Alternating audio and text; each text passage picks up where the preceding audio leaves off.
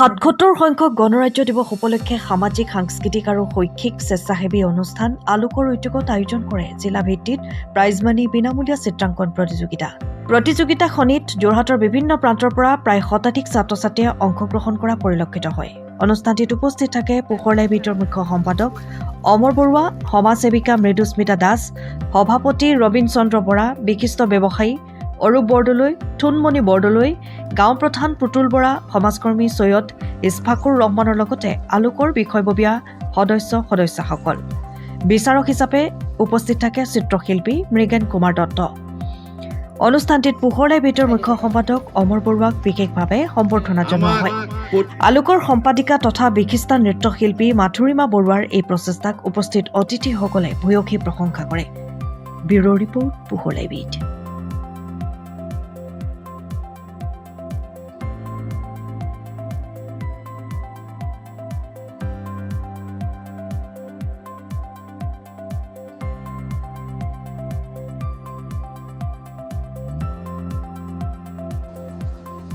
আজি ৭৭ সংখ্যক গণৰাজ্য দিৱসৰ লগত সংগতি ৰাখি আলোক ইনষ্টিটিউট অফ ফাৰ্মৰ উদ্যোগত যি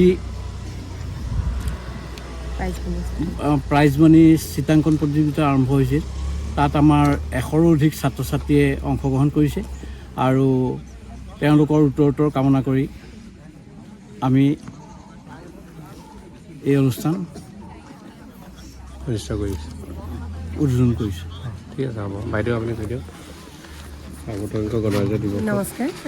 আজি ৭৭ সংখ্যক গণৰাজ্য দিৱসৰ এই সুন্দৰ ক্ষণত আচলতে আমি আলোক ইনষ্টিটিউশ্যন অফ পাৰফৰ্মিং আৰ্টছৰ উদ্যোগত সদৰ বৰপেটা মাজগাঁৱত আমি এটা চিত্ৰাংকন প্ৰতিযোগিতা প্ৰাইজমণি অনুষ্ঠিত কৰিছোঁ। তাতে অংশগ্ৰহণৰ কোনো আমি মাচুল লোৱা নাই, কাৰণ এই গ্ৰাম্য অঞ্চলত যিখিনি ছাত্ৰ ছাত্ৰী আচলতে কোনো সুবিধা পোৱা নাই, যিসকলে আচলতে অকণমান কিবা এটা কৰিব বিচাৰে, তেওঁলোকৰ কাৰণে চিন্তা কৰি আমি এই অনুষ্ঠানভাগ আগবঢ়াইছোঁ।